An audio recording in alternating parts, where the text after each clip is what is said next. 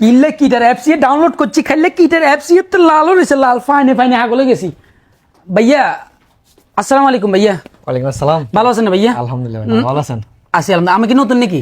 না ভাই, আমি আজকে 1.5 মাস কি ওরে তাহলে তো ভাইয়া আপনি সবকিছু জানেন। ভাইয়া আমি তো কিটার অ্যাপসি ডাউনলোড করবে হরতুন শুধু লাল লাল ফাইনার ফাইনার আর কোন বলের কারণে আমি তো সেটা বুঝি না। আপনি তো পুরাতন, আপনি একটু আমার বলেন না কোন কোন বিষয় খেয়াল রাখতে হবে। ধরেন যে সোজা কথা কই ভাই, কথা বেশি পাইতাম না। ধরেন যে আমি অর্ডার করবে লাগেছি, দোকানদার লেট করছে, এটা আমি আর কি করতে হবে? আপনি এখানে হচ্ছে হেল্প সেন্টারে গিয়ে ওখানে যে দোকানের যে শপ ওইখানে ছবি তুলে দিলে আপনার করে টাইম বাড়ায় দিবে। টাইম বাড়া দিব। আর যদি আমার কাস্টমারের লোকেশন দিয়ে ধরেন যে মুনতাজা, আমি মুনতাজা আইবার কাস্টমার যদি কয় যে মানিকপুর যাবে তখন ওইটা তো হচ্ছে আপনি হেল্প সেন্টারে গিয়ে কাস্টমার আপডেট লোকেশন ওখানে দিলে ওইটা সলভ হবে ওখান থেকে, মানে কাস্টমার কেয়ারে ইয়া করতে হেল্প হবে। সেন্টার। ইয়েস ভাই। ঠিক আছে। আর কোন কোন বিষয় খেয়াল রাখতে হবে আপনি জানা মতো একটু কই দেন না ভাইয়া, আমি তো ফাইন খেতে খেতে শেষ। এখানে আপনার হচ্ছে যে কি হচ্ছে আপনার টাইম ম্যানেজ করে চলতে হবে।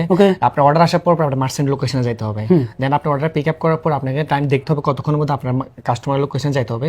ওইটা টাইম মেনটেন করে চললে আপনার কিটাতে পাইন আসবে না। আচ্ছা ঠিক আছে। আর আরেকটা দিক হচ্ছে যে আপনার যদি মার্চেন্ট লেট করে তাহলে আপনার আপিল আসবে, যার কারণে আপনি বারবার পাইন হচ্ছেন বা আপনার আইডিটা টোটালি লাল হয়ে গেছে।